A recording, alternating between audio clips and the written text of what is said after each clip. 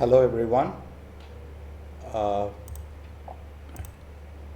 this is Grandmaster Priyadharshan Kannappan, and I'm hoping that I'm live right now. If there was some technical issues that I had to fix, that's why close to a 10-minute delay. I'm extremely sorry about that.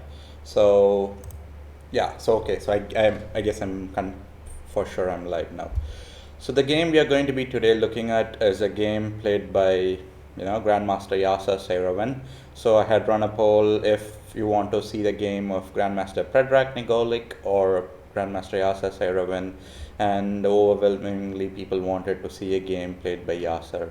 And I'm also personally very happy to talk about a game of Yasser Seirawan because I personally know him, and he has been a good friend or a mentor, if I have to say. I've trained under him when I was in US, and a great human being. And I have and Yasser recently turned 60, so a wonderful human being. And today we are going to be seeing one of his games. So the game that we are going to be today looking at is when Yasser played this game in 1980 in Hugavens, or called the Vikenzi, and his opponent with the white pieces was Vlatko Kovacevic 2510. So for the people who are not familiar with Yasser, I'm pretty sure you're all familiar, but in case if you're not sure who Yasser Seirawan is, Yasser Seirawan is a four-time United States champion. He won the World Junior Championship in 1979. He has published some amazing chess books and is a leading commentator now. He commentates on all the St. Louis Chess Club events. So that's basically his profile. He has played more or less all the top players in the world. His peak rating was, I think, somewhere around 2658. So now let's jump into the game. So this game, I chose this particular game because one of our regular viewers of our channel wanted to see a game of Yasser when he plays the Perk with black. So I decided to pick a game where he played Perk. So white starts with e4, and no surprise, as I said, it's a Perk. So black goes d6, d4, knight f6, knight c3, g6. So if we have to discuss about what is perk, or what kind of opening it is certainly not the most sound or the most principled opening. There are certainly a few reasons why it's not as popular as, let's say, Rai Lopez or a Sicilian or one of those variations. The primary reason why it's not so popular is because kind of white gets the whole center. There's no challenge for the white center right away, and black is hoping that in the future he'll challenge it with some sort of e5 or c5, or sometimes just go c6 b5 kind of moves. So that's what black is kind of aiming for, and generally the perk is played by black if they want to complicate the game, complicate the pawn structure, and try to let's say if your opponent is 100 200 points lower rated than you, then generally perk is a very good option if you're playing with the black pieces. So you get kind of a fresh position, maybe not very theoretical, and so on. So for g6, white certainly has a lot of options. I personally would play something like bishop e3 here, or knight f3, and the most popular option in this position is obviously f4, and it's called the Austrian attack, and white will try to go e5, gain more space, and try to attack, as that's the name is. It's an aggressive choice. In this game, white decided to go bishop e2. It is certainly not the most popular move of all the options. I mean, there are top players who have played it, but clearly not the most popular move. So black continues bishop g7, and here we see the idea why white decided to go bishop e2. So in this position, white decided to play g4. Very aggressive, hyper aggressive, I would say. There is a similar hyper aggressive move which was once played by Garry Kasparov, and that is h4. So white just wants to go h5 and kind of break through on the king side right away. So if h5, black plays h5, stopping white from going h5, then white can go knight f3 and put the knight on g5 and have a solid outpost. So not on g6 but on g5. So if white for knight f3 for white's knight f3. If black goes bishop g4, knight g5, bishop takes e2, queen takes e2, and I kind of like white's position to some extent actually here. So in the game, I mean h4 was not played in the game, and we just looked at h4, h5 as an option. In case for fifth move h4, black has a very interesting way to fight back, which is c5, striking back in the center. And if d takes c5, not to play d takes c5 because this would just be a straight up mistake. I mean, you just play queen d8 and black loses the right to castle and so on. But instead, there's a very thematic move that you would have definitely seen if you have seen these structures, that is queen to a5. And now the point being, there is a pin. So black is actively threatening moves like knight e4, and also black can capture by queen c5. So white goes king f1, queen takes c5, bishop e3, queen a5, h5, and leads to pretty complex positions after knight h5, bishop h5, bishop takes c3, b takes c3. An important point to note here is this is a nice kind of intermediate move. Black is not rushing to capture gh5 because then rook takes h5 and the rook is attacking the queen, and black needs to make a decision. But once you play bishop takes c3 first, and then if b takes c3 is played, then you can play gh5, and now with rook h5 you have this move queen takes c3 and you manage to win a pawn. So this is a complex position where I mean, I personally would choose white for the reasons that I feel the white's king is slightly more safer. Like I can go knight e2 or knight f3, king g1 and complete my development, and my rook on h5 is in a very active diagonal. But I'm pretty sure there would be players who would like to take black here due to the extra pawn and also the belief that they can consolidate the position. So it's basically a choice of a personal preference in this position. So in this variation, so what we just looked at was fifth move h4. In case the variation all we calculated was fifth move h4, but in the game white decided to go g4. So as I mentioned, this is also a very hyper aggressive move. White is just saying that he wants to attack black badly with moves like g5 and h4, h5 and so on.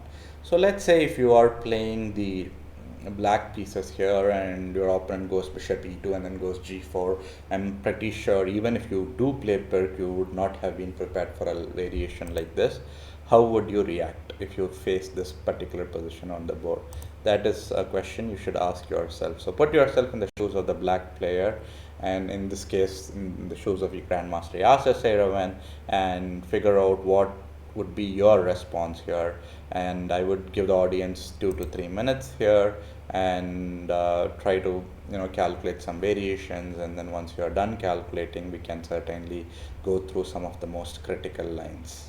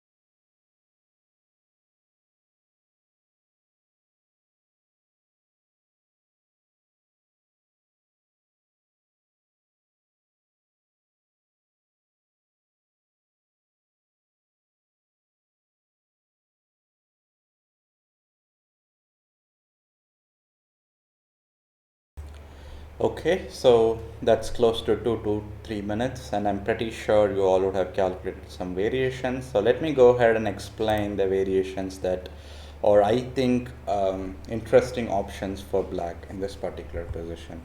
So here for g4, I feel there are 5 to 6 critical options. Let's start with kind of the more obvious but not good ones. For example, let's say h6. So now we are directly stopping white's threat of going h5. So this looks like an obvious move, but the problem is h6 becomes a hook.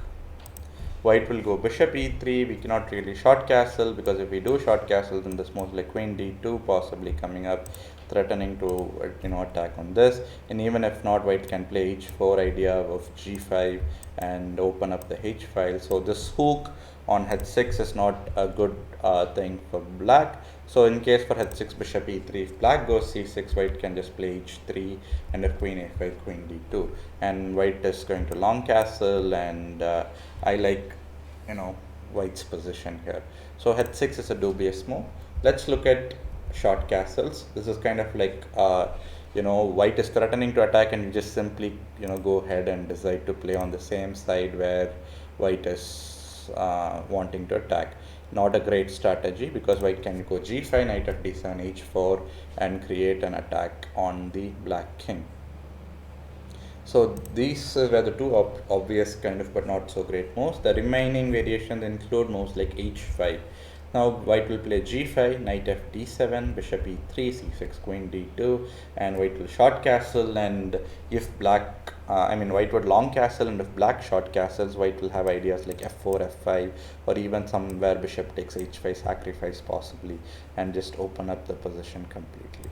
So h5 is also a dubious move. So that leaves us with let's say c5. It's an interesting move, because we always know that in case if we get attacked in the flank, it makes more sense to kind of counter it in the center. So for g5, knight f d7, d5, knight a6, I like white's position. Like white can go bishop e3, queen d2, f4, knight f3, lot of space and more control of the position, in my opinion. But certainly an interesting option for black with swift move c5. So the most challenging move is actually a bit surprising move. I mean, if you're a perk player for too long, then you would have certainly figured it out. If not, it would come as a bit of a surprise. The most challenging move, but it was not a move that was played in the game, is d5. You are losing a tempo, but the fact remains that g4 would be a weakness if the center opens up. So obviously white would not be interested in playing something like ed5, because then you just play knight d5, and then white has to worry about these two pawns and also possibly this diagonal with some knight takes e3, queen d5 kind of ideas. So for d5, if white goes e5, then you can go knight e4, and if f4, black has two good options. One is to go knight takes c3, b takes c3, c5, and white can go h4. Massive center and massive space for white, but I think black can, with timely pawn breaks, get into the game with good counter play. So this is if seventh move knight takes c3 is played by black. In the other variation for black would be c5. So if c5 is played here, and if knight takes e4, d takes e4, d5, we are kind of following a top level game between Gyaan Smeets and Shakhriyar Mamadiyarov from an internet chess club online game. In that game, black played e6, and if white goes d6, it would be a mistake, because black has this wonderful move queen h4 check, king f1, and g5. So with this, white's pawn base, which is this f4 pawn, is being broken. So once this pawn is broken, then this pawn becomes hanging. Slowly you can pick up the d6 pawn. So that's the reason why g5 is a very powerful move, and actually black is better. Unfortunately, white cannot play moves like knight f3 thanks to a pawn on e4. So d6 would be a mistake by white on move 10. Instead, if let's say white goes 10 c4, then black can go queen h4 check, king f1, and this is where the Smeets Mamadiyarov game deviated from the move that I'm going to recommend. I would suggest black to go f6 and kind of completely open up the f file, so that like black is threatening to play fe5 and then short castle and so on, and try to attack the white king on f1. So this would be my suggestion in this particular position. In the game, black did not play fifth move d5. Instead, he went c6. So this is a novelty, or a, let's say, a new move that was not previously played, and as early as move 5. Kind of shocking, because these days even move 15, move 20, you cannot really get a novelty. Most of the openings are analyzed so much in depth that a novelty is just impossible. So here black played c6, and the point is c6 is actually not a good move. I mean, there are ideas with black wanting to go b5, b4 and kind of counter attack, but certainly I think d5 would have been a much more active response by black. So white goes g5, and here black has two options: knight h5 or knight fd7. Most logical people would go knight fd7, but just for curiosity's sake, let's see what happens if knight h5. This move, knight h5, I don't know if certain people have seen this particular opening that was played, I think, quite a few times by Magnus Carlsen, which is e4 g6 d4 knight f6 e5 knight h5. It has some peculiar name, this opening.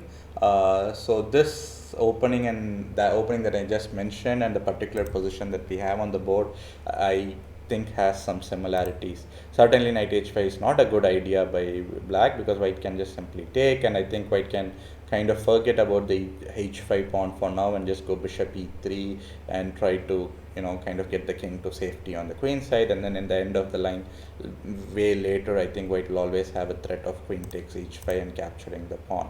So because of all this, knight h5 would not be a good option. Black goes knight fd7, white goes h4, b5. So we have a very rich position on the board. Certainly, like, it's very evident that white is trying to play on the king side with moves like h5 and so on, and black is trying to play on the queen side with moves like b4. So white, as expected, goes h5 here. So if you are in the audience, I would suggest you to spend 2 minutes here, calculate some variations for black and how would you want to proceed, because the complications are just starting to arise. So it is very critical to have a right plan before you proceed and execute it. If you play without a plan in a position like this, your pieces will get awkwardly stuck in not so good positions. So it's very vital you approach this position with a plan. So spend 2 to 3 minutes and come up with some plans and then some variations that support the plans.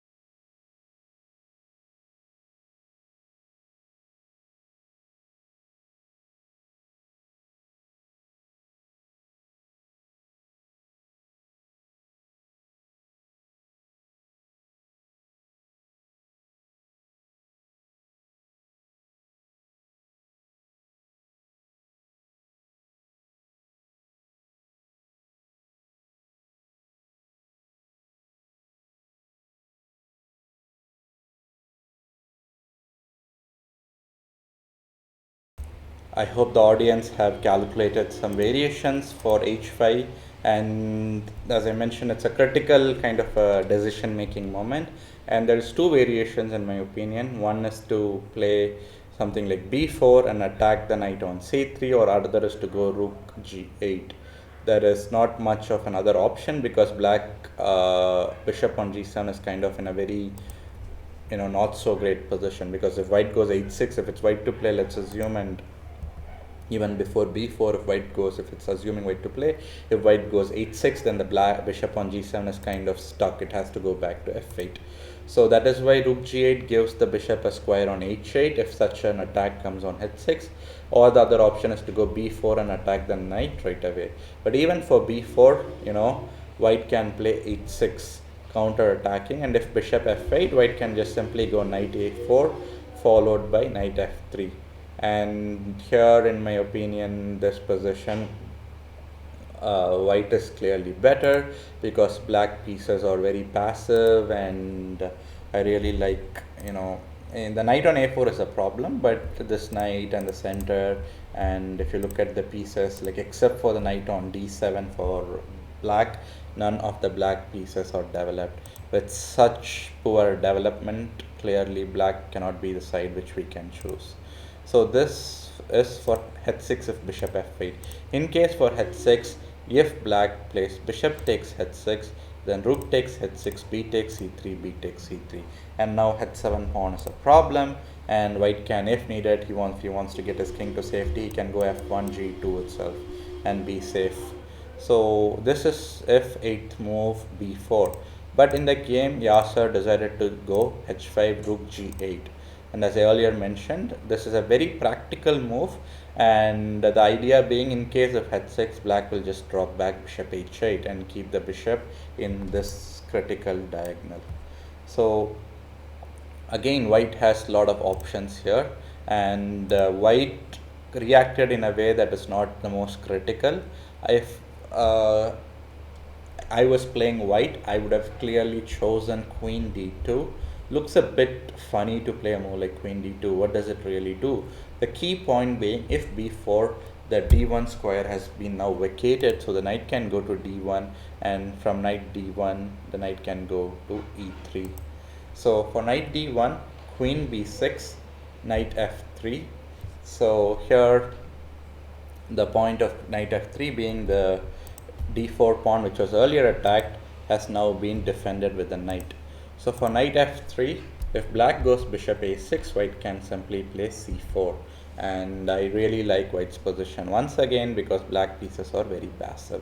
And another option, instead of ninth move queen d2, is, let's say, king f1. This is also an interesting option. White just wants to manually castle by going king f1, king g2. This is good. And another option for white would be to go f4, gain more space. Another interesting position. White is slightly better here. And there are quite, let's say, h6, the most logical move, then bishop h8, knight f3. Then white is better, but I'm not sure if it's as good as the other lines, like as I mentioned, like queen d2. The reason being, because after h6, white has kind of killed all his possible play on the king side, so the game is going to shift to e file and all the way up to a. So it's going to be center and queen side after h6, bishop h8. I don't really like that if I'm having white pieces, because I would like to keep the play possibly open on the king side too.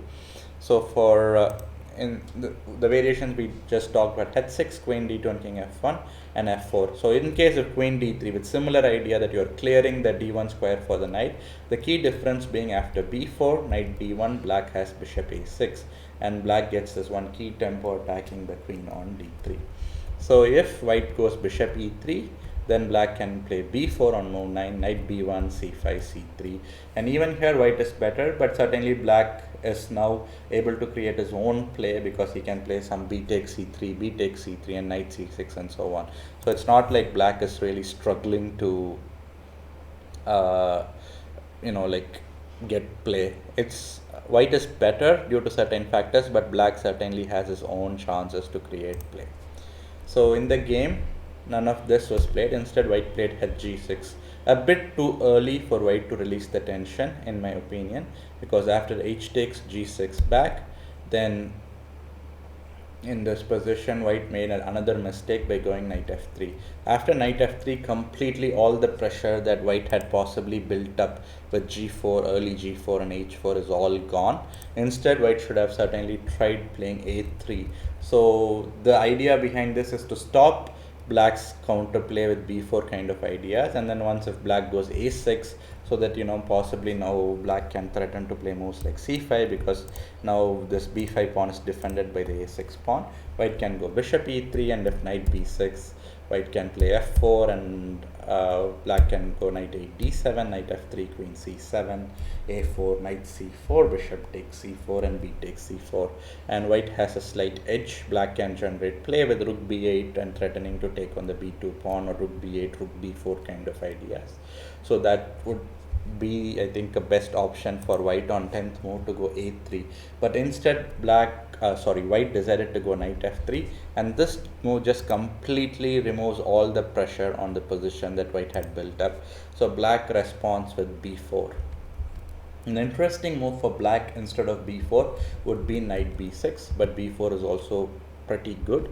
So b4. So now if let's say you have the white pieces, you need to make a decision. Where will you put this knight? On b1 or on a4? A critical decision, because both has its own characteristics. Knight b1, then you can try to regroup the knight via d2, but if you go to knight a4, you don't have to regroup it immediately, but the question is, what is the knight doing on a4? Does it have any active role to play in the game? So that is the critical point in this position, and I would give the audience a minute or two to make a decision and also calculate some variations so that you can justify your decision on where you want to put your knight.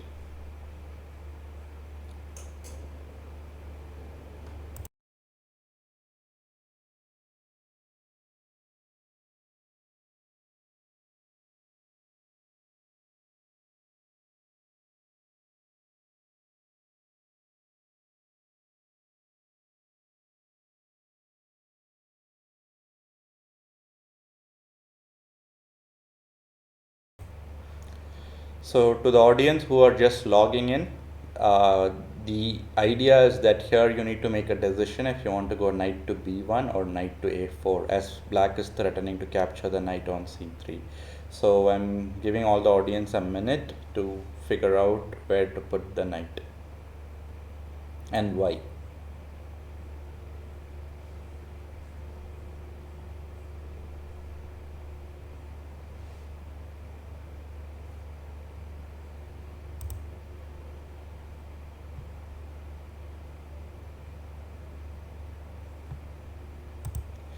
Okay, let's go ahead and see what move white chose in this game.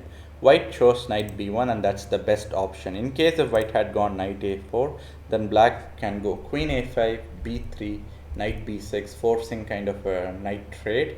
But it would not be very good for white if he played knight b6, a b6, and so on. Knight takes b6, queen b6, because then the a file could come under black's control.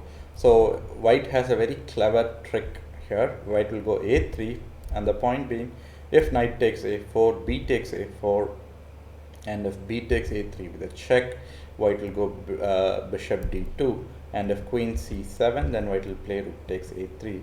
So the question is, like, why not, I mean, can we not play something like queen takes a4 and hold on to this extra pawn here? It is a okay move, but the problem is the queen is kind of stuck here. So maybe white can actively consider playing moves like queen c1 and threaten to take on a3 and so on, and the queen is not in a great position in my opinion. That is the reason why black would not take on a4, but instead black would go queen c7 and white would play rook takes a3. And here, as I mentioned, I would prefer white, because white has a lead in development. Even though there is no direct way for white to get an advantage or any such sort, certainly white's pieces are way more active. In the game, white did not do this. Instead, white played on the 11th move. For b4 being attacked, white went knight b1. So black went a5, and a very, very strange move in my opinion was played by white here. And that strange move was white went a4. You really couldn't make an idea why this move could have been really played. The only thing I could think is maybe white was worried that black will go a4 and go a3 or b3 kind of attack, but I don't think white was really planning to castle long also. But even if white was planning to castle long, I think a4 a3 or a4 b3 by black trying to open up the queen side would not have been a dangerous threat. So a4 would certainly be in my opinion, a dubious move by white here. And let's see the other options that are good for white instead of a4. Certainly the most logical move would be the best option, which is to just develop, and after bishop e3, if black goes c5, it can go knight d2, knight c6, c3, and it's a complex position, but clearly white I think white knows what he's doing. The other option is, let's say, a3, trying to play a takes b4, and if b takes a3 or so, I'm pretty sure white would be happy to capture rook a3 or knight a3, and try to play some sort of knight c4 and get the knight into the game. So for a3, if black goes bishop a6, white will play bishop e3, c5, c3. Again, a complex position, and white's chances are slightly more preferable than black, in my opinion. So we just saw a3 and bishop e3. A similar move would be c3, which would also kind of transpose. But instead, white decided to go a4, very strange and suspicious move, and black goes c5. And now white played d5, and after this, I think there was really no chance for white to get back into this game. d5 is such a big of a strategic blunder, because this bishop gets an unlimited access to this diagonal, and the power of this diagonal will be seen in this game and near the end of this game. So here, instead of d5, white should have played bishop e3, so he keeps control on that diagonal, and if knight c6 goes c3, and if bishop a6, just capture and a complex position on the hand we have. Instead, white played d5, and after this strategic mistake, black plays an amazing game, in my opinion.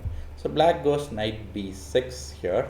So you can calculate why knight b6 was played. If it was you, you would do something different than knight b6, or if you think knight b6 is the best move. If you think knight b6 is the best move, then support it with some variations. Or if you feel some other move, let's say some sort of bishop a6 or knight e5 or knight a6 would have been a better choice, or queen c7, then try to like calculate some variations and prove to yourself why the alternate other than knight b6 that you're trying to think is a better move.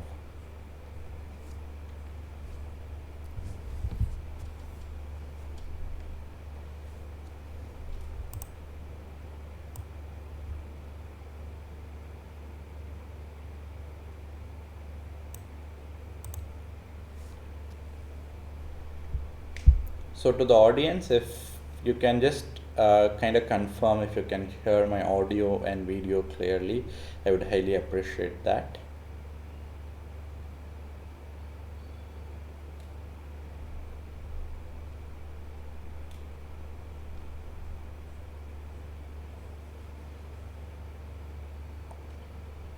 So to all the viewers who are just joining in, we are close to half an hour into our session today of this 1 hour session, and we are kind of midpoint of the game between Grandmaster Vlatko Kovacevic and Grandmaster Yasser Seirawan. And this position that we have on the board is black to play, and the question for you is, what kind of plans would you come up with if you have the black pieces here? And I'm requesting the audience, if you can hear me clearly and if you can see my video clearly, that confirmation would also help me so that I can proceed forward with the analysis of the variations.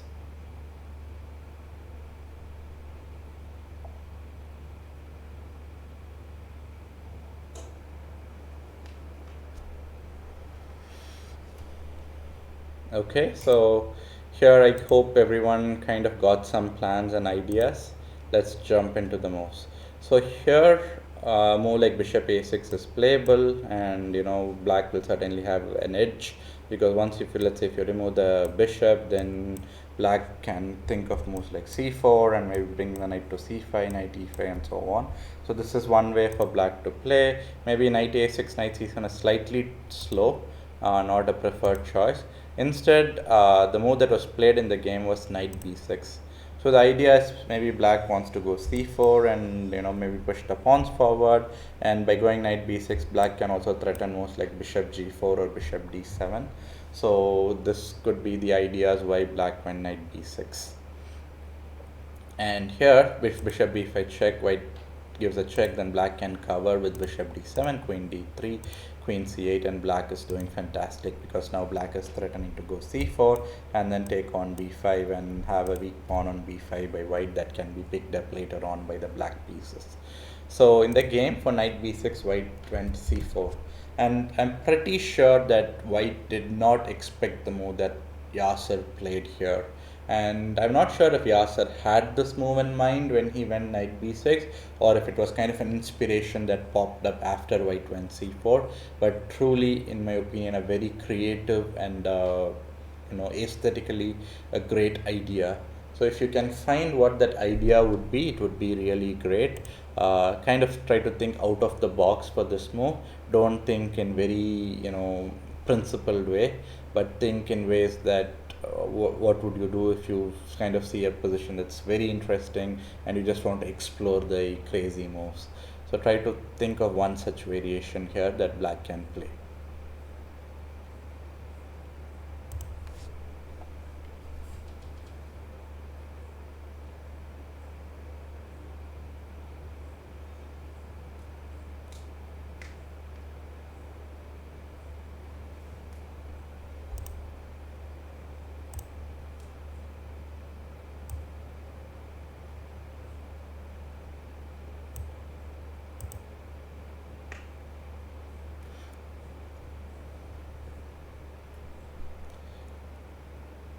Okay, so let's jump and see what that crazy move and a move that I'm showering so much praise on.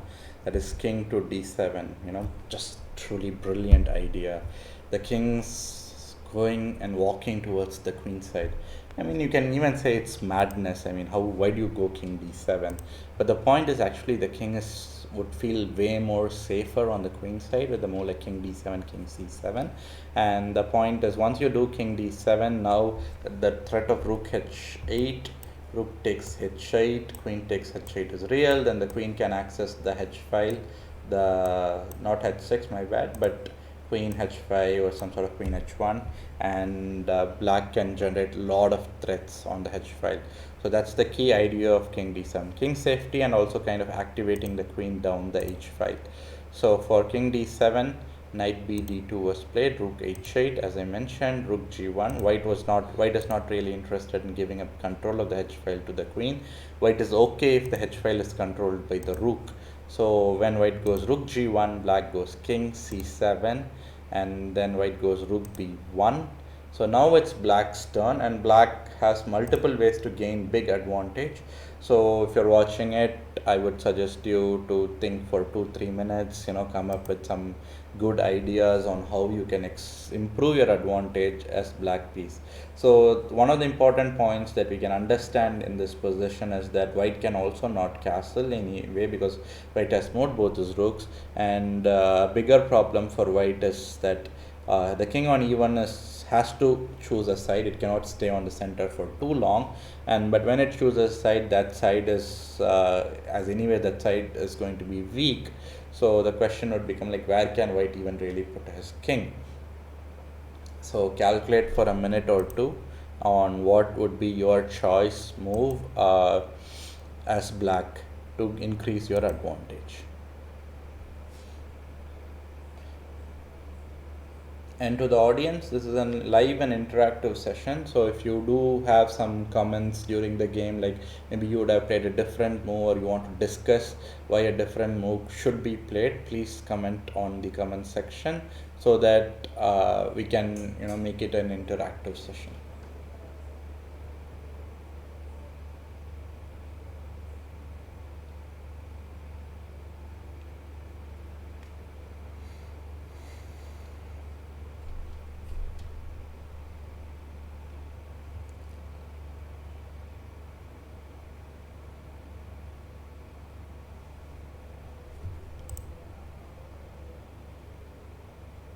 Okay, so I guess some ideas have popped up in your mind by now. So there are some variations or different lines that black can get an advantage, includes knight 8 d7, b3 e6, opening up the position. This is one way to get advantage. Another is to go direct e6, threatening e takes d5 and opening up the position. And in the game, black went rook h3. So this is also a way to get advantage because black is threatening to go queen h8, use the h8 vacated square and use it to the queen, so that the queen can exert influence on the h file and also on this diagonal critical roles from being placed on h8. So for rook h3, white plays b3, and as I already kind of gave the solution here what black is going to do, it comes no surprise to us that black went queen h8. And here another good point about this, white cannot go bishop b2 and try to exchange the bishops off. So in case if white goes queen c2 in this position, trying to play bishop b2 the next move, then black can just simply go bishop to c3, and if bishop to b2 here, then e6. The point being, if bishop takes c3, b takes c3, and the knight on d2 is trapped. And in case for bishop b2, e6, if white goes something like king f1, then e takes d5, c takes d5, rook h1, and black's threatening moves like bishop h3 check or queen h3 check, and black has a big advantage. So 19th move queen c2 is not such a great option thanks to bishop c3 by black. So for queen h8 in the game, white played knight f1 here. So for this, black played knight 8 d7, continuing his development. So now he's only left with these two pieces that needs to be developed, and more importantly, his king is feeling fantastic on c7. So white goes bishop f4 and black goes knight e5. So knight takes e5, bishop takes e5, bishop takes e5, queen takes e5, and f3 was played by white. So if you have the black pieces here, a question for you is, how big of an advantage do you think black has in the current position? And also I would ask the audience to come with some plans on how you can increase your advantage. So I'll give the audience like 2 to 3 minutes here. So calculate some plans and how you can increase your advantage here.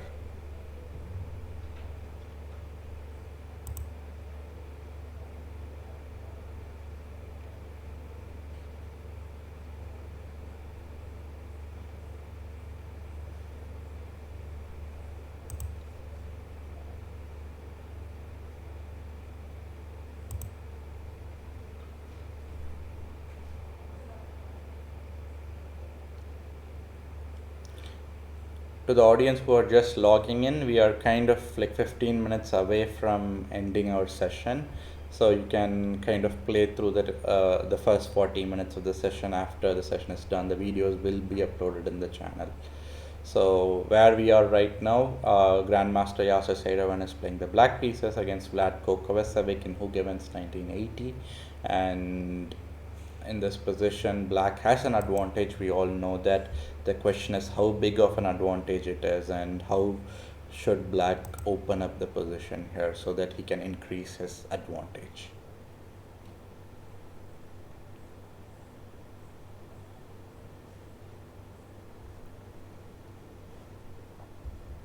Okay, so let's look into some of the plans. So one plan for black would be obviously good to go e6 and try to play ed5, and then try to go bishop a6 or bishop d7, rook e8, and so on.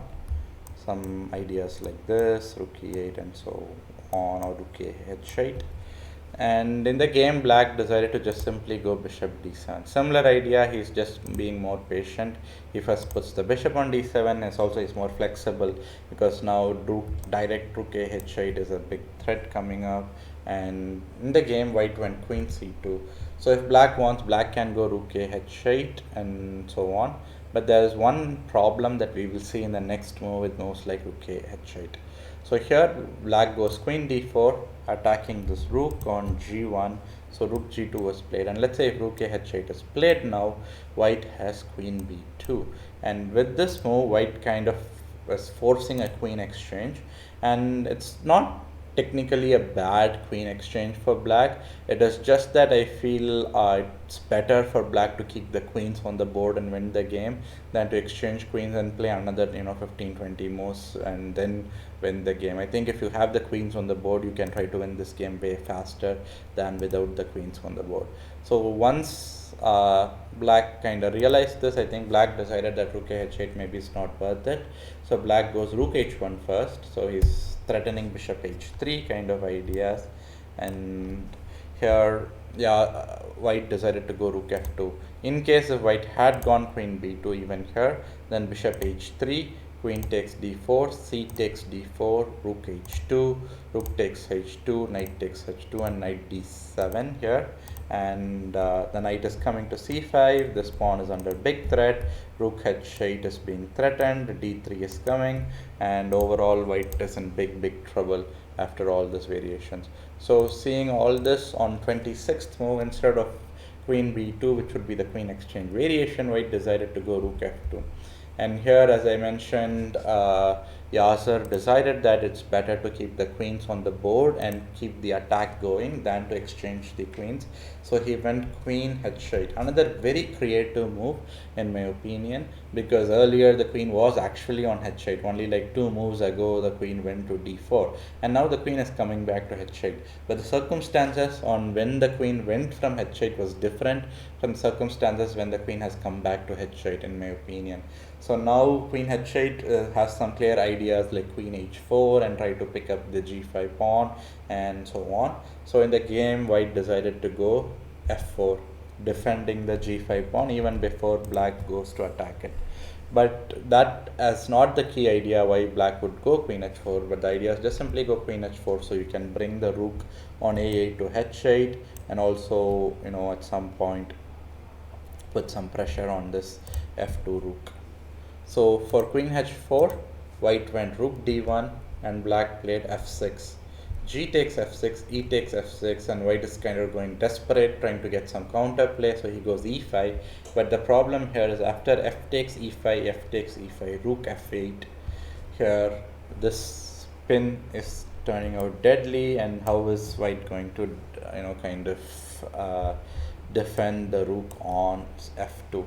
So e takes d6 is a natural move, and here black goes king b7. In my opinion, a very nice, small little decision, but a very nice decision. The fact that he did not capture on d6, and after king b7, the king feels even more secure.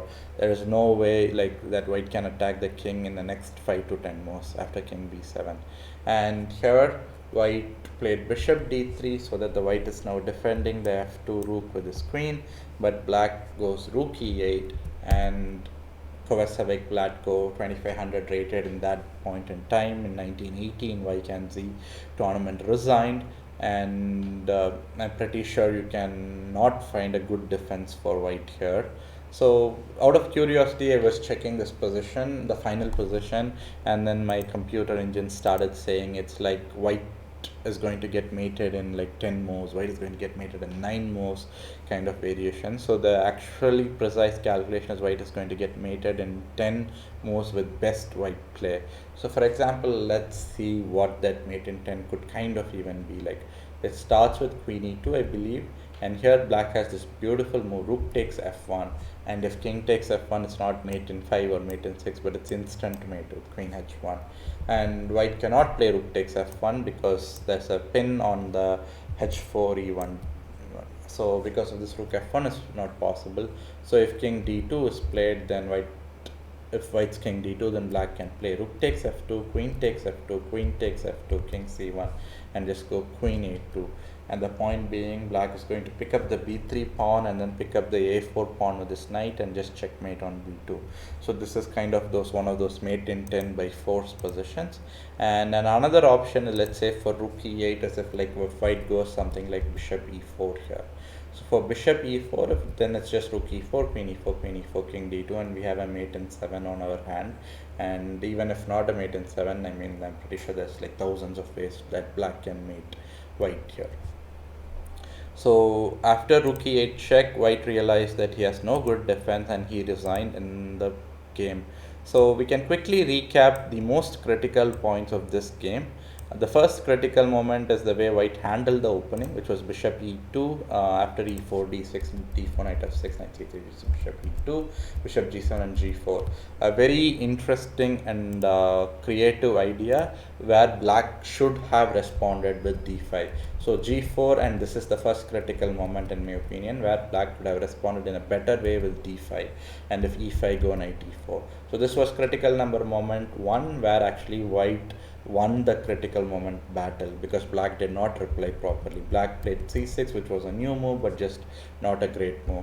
So after g5, knight d7, I think here was critical move number 2 because black had to choose between b4 or rook g8, and here black made the right decision to go rook g8 instead of b4, which would have possibly run into problems after h6. So after rook g8, and then white kind of missed the advantage in this part of the next set of few moves, because white played h takes g6, h takes g6, and went knight f3 here. So now b4, and then black got all the counterplay that he required, and I think the next critical move comes here, and this time the critical decision had to be made by white. White should not have given up control of the h8 a1 diagonal. Instead, he should have continued to hold on to that pawn on d4, but white made a big error by going d5, and that completely activating the h8 a1 diagonal for the bishop on g7. So black used the best of this chance to his to in his favor, because even knight b6 c4, and the move that kind of attracted me to choose this game and analyze it in depth, that is king d7. So after all these variations, white just collapsed, and a key idea to remember is this rook h3 followed by queen h8, which I'm pretty sure you can also use in one of your games. And then white had no chance getting back into the game, and black just simply won the game uh, without having to actually calculate a lot of complex variations or anything.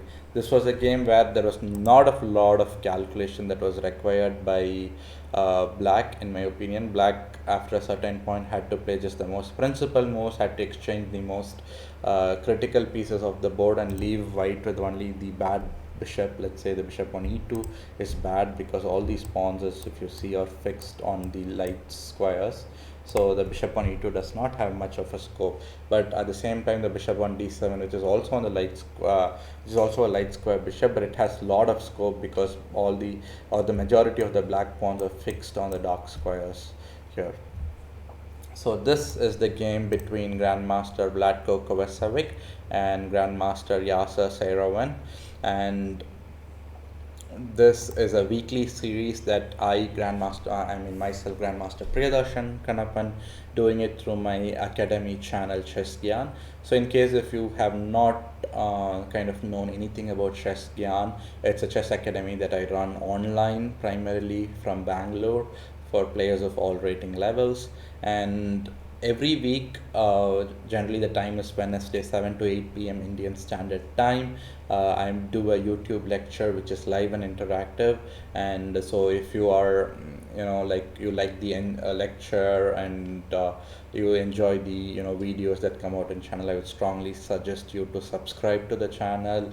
Kind of also tell your friends about this initiative. It's a completely free initiative. It's an interactive session, live interactive session every Wednesday, and not just that, on regular basis we upload content, recorded content that also you can watch. So for example, right now we have 21 game series called 21 Gems of Chess that is published on the Follow Chess app, along with the Chess Gyaan YouTube channel, and all the analysis are made by me. And the players, if you see, who are kind of whose games we have discussed so far in 21 Gems of Chess, everyone is a legend in their own way. Today we talked about David Bronstein, the other day we talked about Jan Timman, we talked about Samuel Reshevsky, we talked about Geller, we talked about Stein, we talked about Volodevsky. So absolute legends, people who were so good but didn't get a chance to become a world champion. So that's kind of the theme what we are discussing on the 21 Gems of Chess. So certainly you can look out for that every day between 3:30 to 5 p.m. Live on the Follow Chess app, and the recorded content will always be available in the YouTube channel of Chess Gyaan. So that content is also completely free for you to access and learn and improve your game during this period of corona where everyone is self-isolated. So other big announcements that I have for the viewers is that we conduct our first online tournament, and Grandmaster Nihal Sarin won the tournament. So a big congratulations to Nihal Sarin for winning the tournament, and the second place was won by Grandmaster S.L. Narayanan from India, and third place was won by Grandmaster P. Inian. The most amazing thing about the tournament was we close to had around 40% of the registered players were title players. We had around 105 entries, of which 40% were title, which I mean by FM, IM, or not FM, I think it's IM, GM, WGM, IM. So we have a strong lineup of title players who played in our event. So big thanks to them, and especially to Nihal Sarin, Grandmaster, like Ilya Nishnik from Ukraine, who's currently now a student at Webster University, who joined very early in the morning from US to play in the tournament. So some amazing games were played, and there was prize category in Open, 1900, 1500, and so on. So that's one initiative that we got a lot of support from you. So a big thank you to all the viewers who are supporting our different, like activities that we are doing during this period of lockdown. So you can also be part of this live interactive lecture in some way, and that is when every week I announce what is the topic that you want to learn the next week. So I give you two options, and you can vote between one or the another. In case if there was any specific user request, I'll certainly consider them in upcoming weeks. So always feel free to kind of send your suggestions. Like if you say, hey, I want to look at a game by this legendary player, or it would be great if we can look at some middle game topic or something like that, I'm open to suggestions. So always like send your suggestions on the YouTube channel comments, or on the Facebook page of Chess Gyaan, or on Twitter, as we are actively following, and we are actively or also on the social media. So that information and input will help us to improve our stream on a regular basis. So these are some of the big announcements I had. So don't forget that this is a weekly show from 7 to 8 p.m. Indian Standard Time, and the game today we saw was between Grandmaster Vlatko Kovacevic and Yasser Seirawan from Hugavens 1980. So a game that was played in the Perk defense, and Black played fantastic chess to win, especially a maneuver like King D7, King C7, which completely would have got white by surprise. So these are the main information and announcements that I want to share with viewers. As usual, general things like share, subscribe, like, comment to the YouTube channel, because every share and subscribe you do to the channel, we get more visibility. And a big thank you to all the subscribers. We hit 100 subscribers in less than a month, around 25 days only it has been since the start of this channel, and great support, 100 plus subscribers in such a short span. I really didn't expect that kind of support coming from you, the audience. So please, if you have not subscribed, subscribe to this video so that you can get all the notifications. There's a bell icon that I would highly suggest you to press, so that you get notifications of live videos, or anytime we upload a video you would get a notification. So yeah, this is about our YouTube channel. We also have some exclusive social media content that is on Facebook. That is like every day we post a puzzle that you can solve, and you can comment on it, and then we reply back if it's the right or wrong solution. It's a weekly thing, and the puzzles are generally posted around 6 p.m. or 7 p.m. every day Indian Standard Time. So please have a look at our Facebook page. That's the only place where we are posting online puzzles right now. So you can solve them and keep your brain sharp, and also keep yourself occupied with some tactics solving. So that is, and the puzzles are generally easy to intermediate strength, so it should not take you a lot of time to solve. So that's what exclusively we have on Facebook. And Twitter, we are kind of building up our content. So if you have not yet liked or followed us on Twitter, please go ahead and follow us on the Chess Gyaan Twitter channel. So to the audience, thanks once again everyone for logging in. We had some technical issues earlier in the day, that's why we had to start the session close to 10 minutes late. And next week I will come up with a different Grandmasters game. Someone I have not yet decided whose games, but certainly is a different Grandmaster. And I did mention about this earlier. I've shared a close kind of like friendship with Yasser Seirawan, and knowing him and his style of chess, I was not really surprised when I saw this game, because he does have a knack to choose maybe slightly dubious openings, but that are kind of rich and sharp, and he's a very practical player.